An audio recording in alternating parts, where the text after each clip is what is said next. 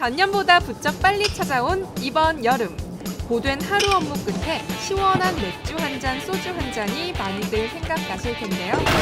그러나 가볍게 생각한 맥주 한 잔, 소주 한 잔이 큰 사고를 몰고 온다는 사실. 게다가 한 개인별 음주운전 경험 설문조사에 따르면 성인 4명 중 1명은 음주운전 경험이 있다는 아찔한 결과까지.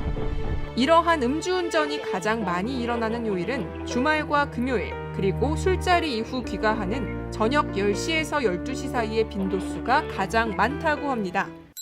음주운전, 과연 평택 시민들은 얼마나 알고 있을까요? 음주운전 어디까지 알고 있니? 평택 시민들의 음주운전에 대해 궁금하고 애매한 모든 것들을 정리해주는 시간. 술 마시고 자전거 타는 것도 불법인가요? 네, 음주 후 자전거 운전도 법에 저촉됩니다. 전년도인 2018년 9월 28일부터 자전거 음주운전 역시 처벌의 대상입니다. 자전거 음주운전 단속 시 최대 20만 원 이하의 벌금형 또는 구류에 처할 수 있습니다. 음주운전 시동 잠금 장치가 있다던데 그거는 뭔가요? 술을 마시면 운전을 하지 못하도록 차량 시동을 제한하는 장치고요. 음주운전 전력자의 재범을 막는 취지로 미국, 캐나다 등에서 시행되고 있으며 우리나라는 도입을 아직 의논하고 있는 단계입니다. 6월부터 음주운전 처벌 기준이 바뀐다는데 어떻게 바뀌나요? 작년 음주운전 처벌 강화 필요성이 대두되면서 도로교통법 개정안이 발표됐고 지난 6월 25일부터 개정안이 시행됐습니다. 그에 따라 음주운전 처벌 역시 강화됐다고 하는데요. 개정된 도로교통법 음주운전 처벌 함께 알아볼까요? 여러분, 혹시 딱 한 잔 마셨는데 뭘 이라는 말 들어보신 적도 해보신 적도 있지 않으십니까? 하지만 앞으로 이 딱 한 잔이라는 소리도 무색해질 만큼 도로교통법 개정안의 음주운전 단속 기준이 강화됐습니다. 현행되고 있던 면허 정지 수치인 혈중 알코올 농도 0.05%는 0.03%로 개정돼 딱 한 잔의 수치가 됐습니다. 또한 혈중 알코올 농도 0.1%의 면허 취소 수치 역시 0.08%로 그 수치가 강화됐습니다. 또한 음주운전 처벌 권고 형량 역시 강화돼 기존에는 음주운전 3회 이상인 경우 처벌이 강화됐다면 개정된 법안에서는 2회 이상일 경우 최대 징역 5년 혹은 2천만 원의 벌금이 부과됩니다. 개정안을 보시다시피 현행되고 있던 수치의 최대 2배 이상 형량들이 강화됐음을 알 수 있습니다. 대폭 강화된 도로교통법 개정안.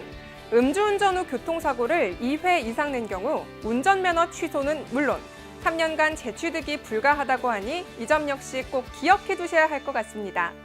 그렇다면 과연 운전자만 조심하면 될까요? 그렇지 않습니다. 단순히 음주운전자만 처벌을 받는 게 아니라 음주운전 동승자 역시 방조죄로 엄중한 처벌이 가능한데요. 방조죄 처벌 조건 4가지를 먼저 살펴보면 첫 번째, 음주운전한 사람이 음주운전할 것을 알면서도 차 열쇠를 제공한 자.